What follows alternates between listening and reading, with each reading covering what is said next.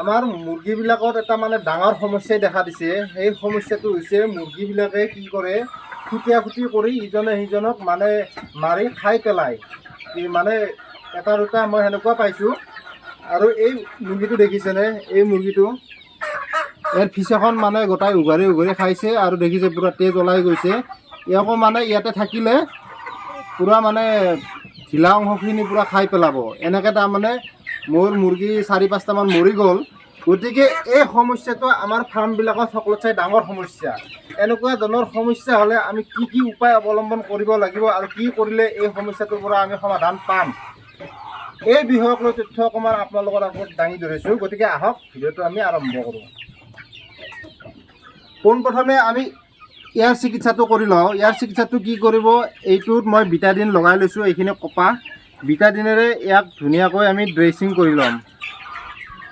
দেখিছে, বিটাডিনেৰে ধুনীয়াকৈ চাৰিওভাগে ড্ৰেছিং কৰি দিব যাতে ইনফেকশ্যন নহয়। আৰু বিটাডিন লগাই দিলে কি হয়, শুকাই যায়। আৰু এণ্টিবায়'টিকো খুৱাই দিব লাগিব। এণ্টিবায়'টিক মই পানীত মিহলাই খুৱাই দিম, কিন্তু তাৰ আগতে আমি এই কামটো কৰিব লাগিব।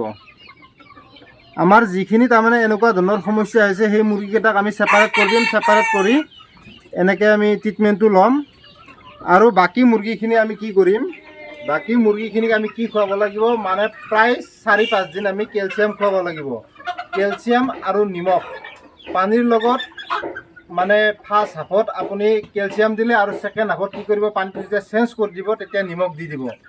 মানে নিমখটো বেছিও নহয় কমো নহয়, যিটো আমাৰ সাধাৰণ নিমখ প্ৰয়োজন, মানে পানীটো সাধাৰণ মানে চফা টাইপ লাগে, মানে নেমকিন টাইপ লাগে, সেইখিনি পৰিমাণৰে নিমখটো দিব। এনেকৈ আমি 5 দিন কমচে কম ক্ৰছটো কৰিব লাগিব। 5 দিনৰ মানে 5 দিন কেলছিয়াম আৰু 5 দিন আমি নিমখ পানী দিম। মানে ফাৰ্ষ্ট হাফত যদি কেলছিয়াম দিছোঁ, ছেকেণ্ড হাফত নিমখ পানী দিম। আৰু ফাৰ্ষ্ট হাফত যদি নিমখ পানী দিছোঁ, তেতিয়াহ'লে ছেকেণ্ড হাফত আমি কেলছিয়াম দিম। এনেকৈয়ে 5 দিনৰ ক্ৰছটো কৰিলে ইহঁতৰ এই যিটো খুটিয়া খুটি, মানে ইজনে সিজনক খুটিয়া খুটি কৰি মাৰি পেলায়, এই সমস্যাটো আমি তাৰ পাছতহে মানে সমাধান এটা পাম, বা তাৰ পাছত ইহঁতৰ এই খুটিয়া খুটি সমস্যাটো কমি আহিব, আস্তে আস্তে কমি আহিব। প্ৰায় সচৰাচৰ আমাৰ এই মুৰ্গীবিলাকত এই বেমাৰটো মানে দেখা পোৱা যায় যে ইজনে সিজনক খুটে। প্ৰথমে কি কৰে, ইহঁতক খুট মাৰি মানে লোমটো খায়, পাখিটো খায়। পাখিটো উঘালি হোৱাৰ পাছত তেজ ওলাই যেতিয়া যায়, তাক তাৰমানে মানে বেয়াকৈ আক্ৰমণ কৰি দিয়ে। আৰু তাৰ তেজ আৰু যিখিনি ঢিলা অংশ থাকে মাংস গোটাইখিনি খুটিয়াই খুটিয়াই খাই পেলায়, আৰু লগতে বাকীখিনি মৰি যায়। মানে খাই পেলোৱাৰ পাছততো মৰিয়ে যাব সাধাৰণতে।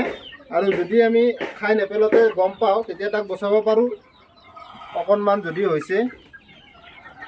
কিন্তু এই প্ৰব্লেমটো সাধাৰণতে প্ৰায় দেখিবলৈ পোৱা যায়। আৰু ইয়াৰ উপায় একদম মই যিটো কৈছোঁ, মানে কেলছিয়াম আৰু নিমখ পানী। গতিকে এইখিনি কাম কৰিলে আমি ইয়াৰ সমাধান পাম। গতিকে এই কামখিনি যদি আপোনালোকৰ সমস্যা হৈছে এনেকুৱা ধৰণৰ, এই কামখিনি কৰি চাব, কেনেকুৱা ৰিজাল্ট পায় কেনেকুৱা নাপায়, আৰু মোক কমেণ্টত জনাব।